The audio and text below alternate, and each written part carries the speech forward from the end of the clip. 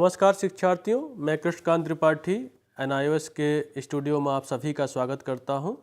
आज हम जिस विषय पर चर्चा करेंगे वह है मातृभाषा, क्षेत्रीय भाषा और मानक भाषा। आज हमारे साथ हैं वर्धमान महावीर मुक्त विश्वविद्यालय कोटा के सहायक आचार्य डॉक्टर पतंजलि मिश्रा। मिश्रा जी का मैं स्वागत करता हूं। बहुत बहुत धन्यवाद डॉक्टर साहब। और मैं चाहूँगा कि मातृभाषा, क्षेत्रीय भाषा एवं मानक भाषा, जो भाषा के विभिन्न रूप हैं, जो शब्दावली प्रयोग की जाती है भाषा के विभिन्न रूपों के लिए, उन पे मिश्रा जी से आग्रह करूँगा कि वो विस्तृत जानकारी हमारे शिक्षार्थियों को प्रदान करें। डॉक्टर साहब, सबसे पहले तो आपको बहुत बहुत धन्यवाद और आभार कि आपने मेरा परिचय दिया। और डॉक्टर साहब, जैसा कि हम लोग ठीक तरीके से जानते हैं कि भाषा के विभिन्न रूप हैं जी। और इन्हीं विभिन्न रूपों में से एक रूप है मातृभाषा और क्षेत्रीय भाषा और मानक भाषा। यह भाषा के विभिन्न प्रकारों में इनकी गणना की जाती है और आजकल इसे जानना बेहद महत्वपूर्ण हो गया है, क्योंकि सामान्य बोलचाल में, दस्तावेजों में और कक्षा की परिस्थितियों में इन्हीं तीन प्रकार के भाषाओं का प्रयोग ज़्यादा हो रहा है। लेकिन एक एक करके इनका विश्लेषण करने से पहले हम यह जानने और समझने की कोशिश करेंगे कि भाषा का संप्रत्यय क्या है, भाषा क्या है, जिससे कि भाषा को समझने के बाद फिर हम एक एक को विश्लेषित करेंगे और उसके संप्रत्यय और उसके कॉन्सेप्ट को समझने की कोशिश करेंगे। तो भाषा का जब प्रश्न उठता है तो हम ठीक तरीके से यह जानते हैं कि सामान्य रूप में भाषा जो है वह अनुभूतियों की अभिव्यक्ति के रूप में देखी जाती है। इसलिए चूँकि मनुष्य और पशुओं की भाषा में अंतर का प्रश्न खड़ा होता है और मनुष्यों की भाषा में विकास के साथ व्याकरण, प्रतीक, सुव्यवस्थित प्रणाली और सार्वभौमिकता, चार गुण जो हैं वो प्रमुख रूप से उभर कर सामने आते हैं। एक बोली भाषा का जब रूप ले लेती है तो निश्चित रूप से उसका कोई ना कोई व्याकरण होगा, वह किसी न किसी प्रतीक के माध्यम से समझाई जाएगी, बताई जाएगी और उसका एक स्ट्रक्चर्ड सिस्टम होगा, एक सुव्यवस्थित प्रणाली होगी और उसमें एक यूनिवर्सल अपील होगा जो कि परिवर्तित नहीं होगा। तो यह चार गुण जो हैं वह मनुष्यों की भाषा को पशुओं की भाषा से अलग साबित करते हैं। इस संदर्भ में एक बहुत महत्वपूर्ण भाषाविद हुए हैं एडवर्ड सेपियर, अमेरिका में। वो कहते हैं कि प्राथमिक रूप से भाषा वास्तविकताओं को प्रतीकों के रूप में देखने की प्रवृत्ति की वाचिक प्रस्तुति है। इसका मतलब यह है कि प्राइमरीली जो है वह भाषा जो भी हमारे आसपास की घटनाक्रम है उनको प्रतीकों के रूप में व्यवस्थित तरीके से सामने रखने की प्रणाली को ही भाषा का नाम दिया गया।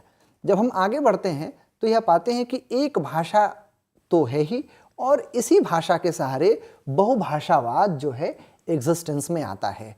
एक महत्वपूर्ण विद्वान हुए हैं कुक, उन्होंने एक जगह चर्चा की है कि बहुभाषावाद जो है एक असामान्य अपवाद के बजाय प्रत्येक सामान्य इंसान के लिए उपलब्ध प्राकृतिक क्षमता है। इसका मतलब यह है कि भाषा अर्न करने की क्षमता जो है वो नेचुरल है, वो सीखी जा सकती है, वो लर्न्ड बिहेवियर है और उपयुक्त वातावरण को देखते हुए दो भाषाएं उतनी ही सामान्य है जितने कि दो फेफड़े, जितने कि जो दो किडनियां। हमारे शरीर में जिस तरीके से दो फेफड़े हैं उतनी ही सामान्य है दो भाषा को जानना, समझना और सीखना। इसी क्रम में आगे बढ़ते हैं जब, तो हम यह पाते हैं कि मातृभाषा, क्षेत्रीय भाषा एवं मानक भाषा भी बहुभाषावाद से प्रेरित है और यह बात जो है NCF 2000 बड़ी मजबूती के साथ हमारे सामने रखती है। वो कहती है कि यही बहुभाषावाद की प्रेरणा से ही मातृभाषा और क्षेत्रीय भाषा के सर्वमान्य स्वरूप के रूप में मानक भाषा उभर कर आती है। तो एक तरीके से तीनों के बीच जो अंतर संबंध है यह हमारे लिए जानना और समझना बेहद आवश्यक और ज़रूरी भी है। जी डॉक्टर साहब, मैं चाहूँगा कि इसमें अंतर भी और संबंध भी जी दोनों पे आप चर्चा करें और एक एक करके बताएं मातृभाषा किसे कहते हैं और क्षेत्रीय भाषा किसे कहते हैं और मानक भाषा किसे कहते हैं। आप चूँकि सबसे पहले हम मातृभाषा की चर्चा कर रहे हैं तो बहुभाषावाद का संप्रत्यय क्या है और बहुभाषावाद में कैसे मातृभाषा, मानक भाषा और क्षेत्रीय भाषा तीनों की महत्वपूर्ण भूमिका है। इस संप्रत्यय को जब हम समझ लेते हैं तो हमारे लिए यह जानना जरूरी हो जाता है कि मातृभाषा का संप्रत्यय क्या है। तो मातृभाषा का संप्रत्यय बड़ा सहज और सरल है, इसमें कोई ऐसी चीज़ नहीं है। लेकिन फिर भी जब हम घर की भाषा या घर की भाषाओं, कई घर ऐसे भी हो सकते हैं जहाँ 2 भाषाएं बोली जाती हैं, भाषाओं की बात करते हैं तो इसके अंतर्गत घर की भाषा, मतलब घर में जो भाषा बोली जा रही है, कुनबे की भाषा, जो आसपास कुनबा शब्द इस्तेमाल होता है एनसीएफ 2005 में, इसलिए मैंने उसके साथ छेड़छाड़ नहीं की है, उसको कुनबा ही रखा है।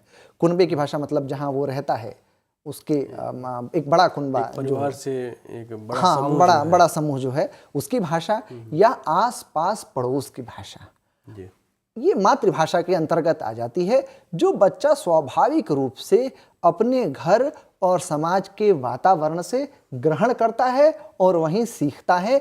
इसको सीखने के लिए उसे कोई एक्स्ट्रा एफर्ट नहीं करना पड़ता है। इसका मतलब यह है कि मातृभाषा जो है वो नेचुरल है किसी भी बच्चे के लिए।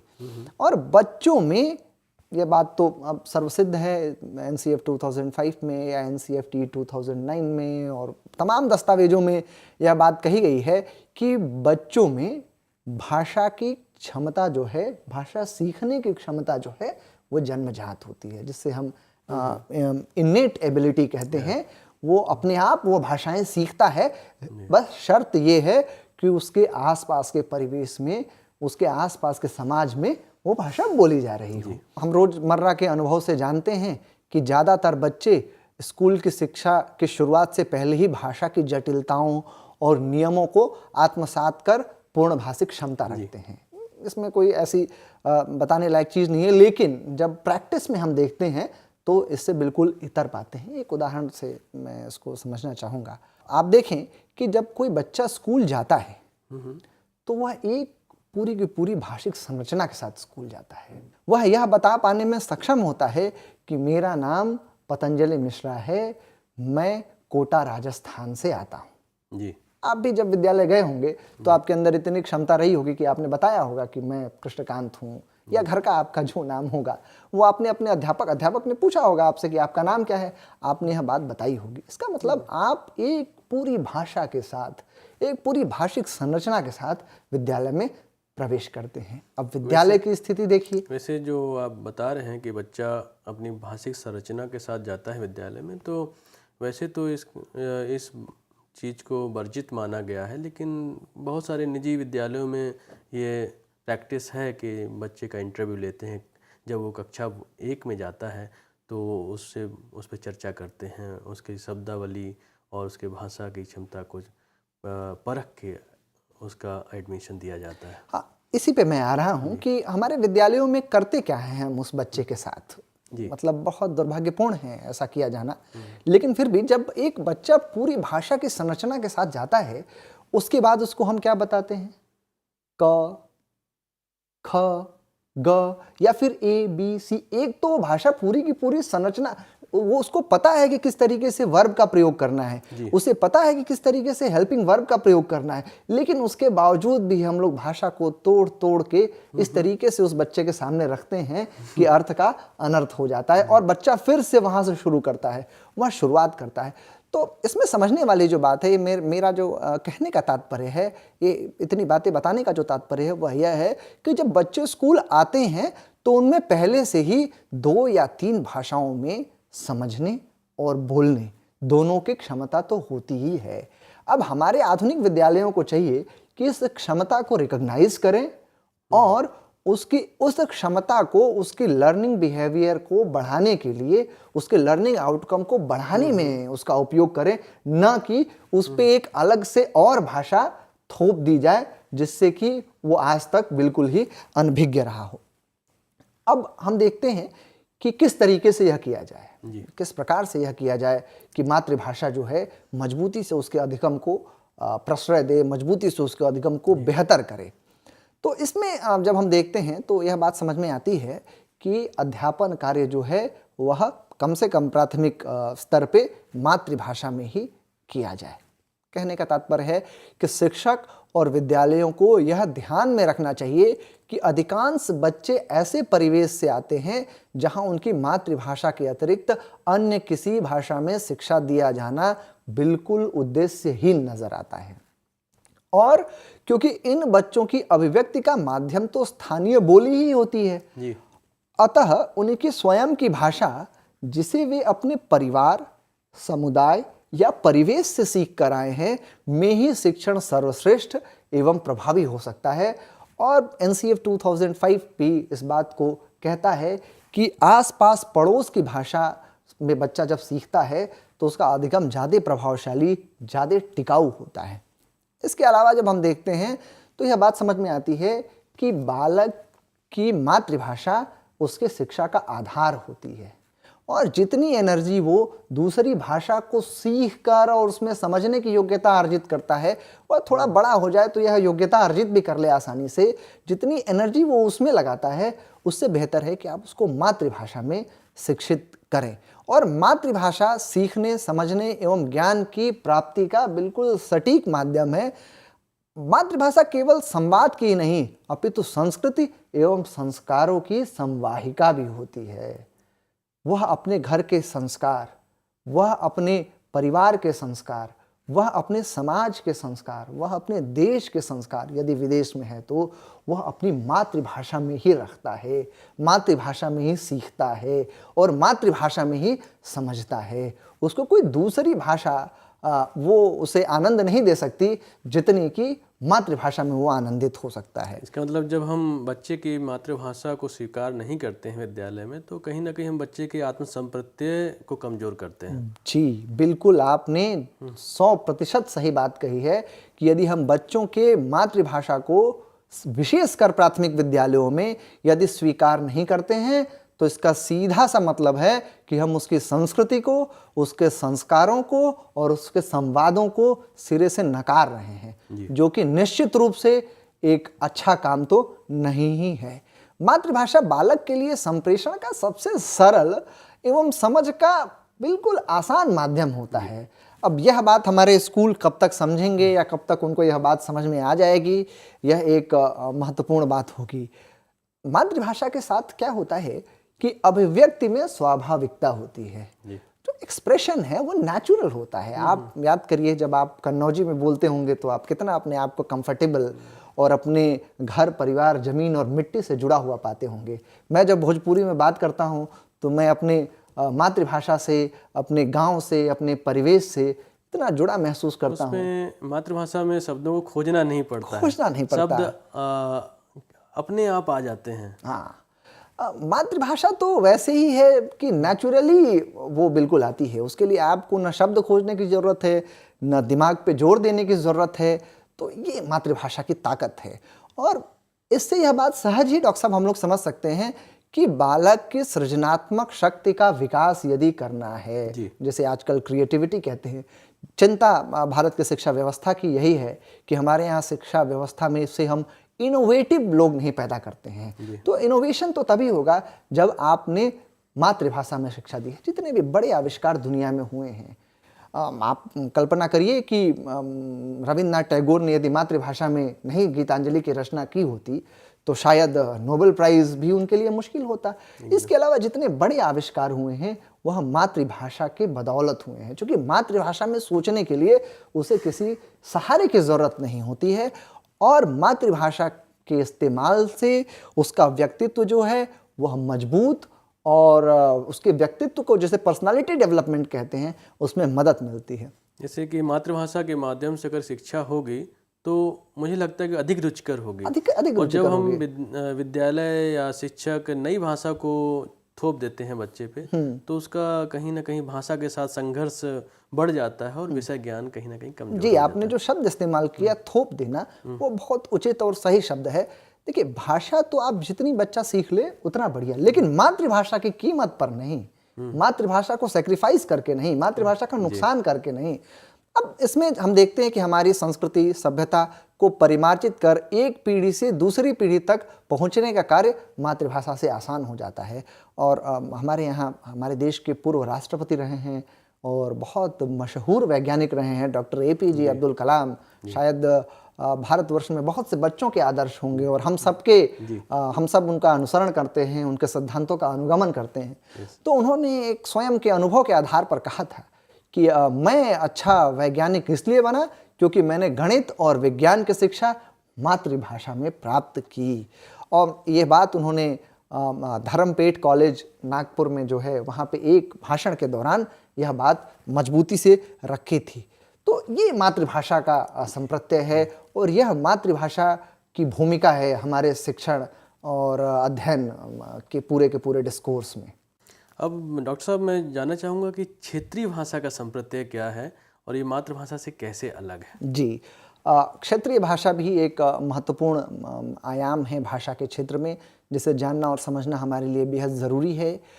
वे भाषाएं जो प्रत्येक राज्य के विभिन्न भागों में बोली जाती हैं, भले ही उन्हें राज्य द्वारा मान्यता दी गई हो या नहीं, क्षेत्रीय भाषाएं कहलाती है। क्षेत्रीय भाषा कहे जाने के लिए उसका मान्यता प्राप्त होने से कोई तात्पर्य नहीं है। एक उदाहरण लें यदि तो बनारस और बिहार के कुछ क्षेत्रों में, उत्तर प्रदेश, पूर्वी उत्तर प्रदेश और बिहार के कुछ क्षेत्रों में भोजपुरी जो है एक स्वीकार्य भाषा के रूप में इस्तेमाल होती है। सामान्य बातचीत में भोजपुरी का इस्तेमाल लोग वहाँ करते हैं। भोजपुरी को मान्यता हो ना हो इससे उसका कोई मतलब नहीं है। कन्नौजी हो गई या मैथिली हो गई, मगही हो गई, ये सारी क्षेत्रीय भाषाएं हैं। इनको मान्यता हो या ना हो इससे कोई मतलब नहीं है।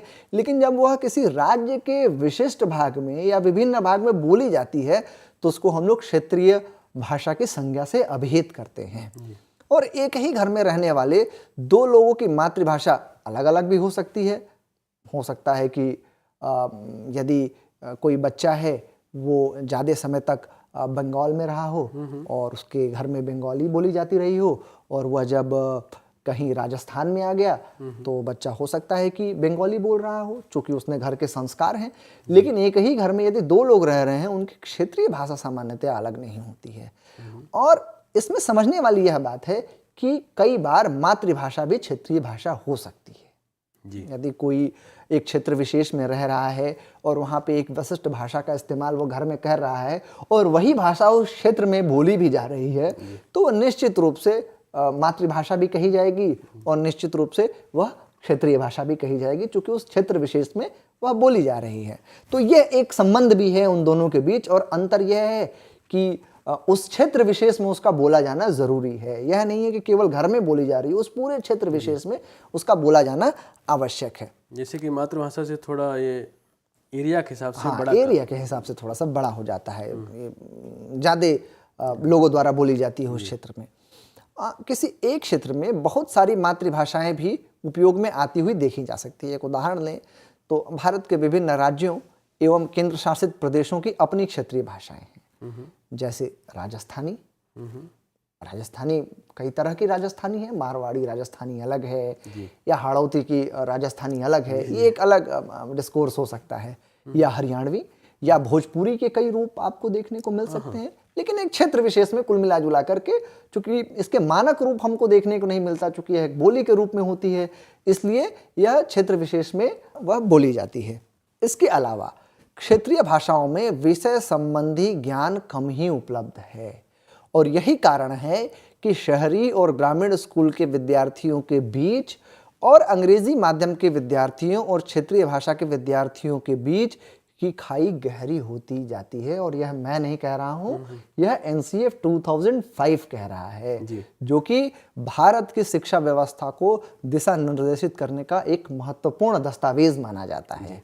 यह दस्तावेज यह बात कह रहा है कि क्षेत्रीय भाषाओं में विषय संबंधी ज्ञान कम उपलब्ध होता है और इसी कारण से शहरी और ग्रामीण स्कूल के विद्यार्थियों के बीच और अंग्रेजी माध्यम के विद्यार्थियों और क्षेत्रीय भाषा के विद्यार्थियों के बीच एक गहरी खाई बन जाती है, जिसे हम पाटने की भरपूर कोशिश करते हैं, लेकिन वह खाई देखते हैं हम कि धीरे धीरे बड़ी ही होती जाती है, वह भरी नहीं जा पाती है। ये एक क्षेत्रीय भाषा का संप्रत्यय संक्षिप्त रूप में आपके सामने है। डॉक्टर साहब, ये मानक भाषा किसे कहेंगे, जरा इस पे प्रकाश डालिए। देखिए, मातृभाषा और क्षेत्रीय भाषा दो तरह की भाषाएं हो गई। अब प्रश्न उठता है कि मानक भाषा क्या है। मानक भाषा को आंग्ल भाषा में स्टैंडर्ड लैंग्वेज कहते हैं। और मानक भाषा किसी भाषा का वह विशिष्ट रूप या प्रयुक्ति या भाषिका होती है जो किसी समुदाय विशेष, राज्य या राष्ट्र में सर्वमान्य संपर्क भाषा का दर्जा प्राप्त हो और लोक संवाद में प्रचलित हो। इसके दो शर्त हैं। पहली शर्त तो हो गई किसी समुदाय विशेष या राज्य या राष्ट्र में सर्वमान्य संपर्क भाषा का दर्जा उसे प्राप्त होना चाहिए, और दूसरा वह लोक संवाद में प्रचलित भी होनी चाहिए। अब लेते हैं आगे, देखते हैं इसको कैसे इसको समझेंगे हम लोग। अब किसी भी भाषा के मानकीकरण हेतु औपचारिक व्याकरण, शब्दकोशों और अन्य भाषा वैज्ञानिक कृतियों का गठन व प्रकाशन किया जाता है।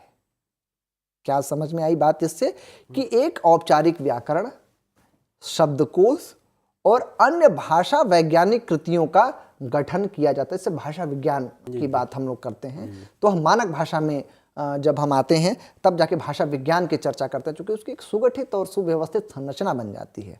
कोई मानक भाषा बहुकेंद्रीय या एक केंद्रीय दोनों हो सकती है। बहुकेंद्रीय जैसे आंग्ल भाषा में हम लोग प्लूरोसेंट्रिक कहते हैं, और मोनोसेंट्रिक एक केंद्रीय को। डॉक्टर साहब, ये बहुकेंद्रिता और एक केंद्रिता क्या है? हाँ, ये बहुत महत्वपूर्ण सवाल आपने पूछा है। हम लोग समझेंगे कि बहुकेंद्रीय और एक केंद्र क्या होता है। बहुकेंद्रीय उसे कहेंगे जो कि जिसके एक से अधिक मानक रूप निर्धारित किए गए हों। जी। जिस भी भाषा के एक से अधिक रूप निर्धारित किए हुए, जैसे अंग्रेजी, जैसे अमेरिकन अंग्रेजी है, ब्रिटिश अंग्रेजी है, फ्रेंच में भी ईस्ट फ्रेंच, वेस्ट फ्रेंच आता है। पर्शियन लैंग्वेज जो है उसके भी कई रूप देखने में आते हैं। अरबी के कई रूप देखने में आते हैं, रोचक बात हो गई है। और जर्मन के भी कई रूप देखने में आते हैं। तो जिसके कई मानक रूप हैं वो बहुकेंद्रीय की श्रेणी में आता है।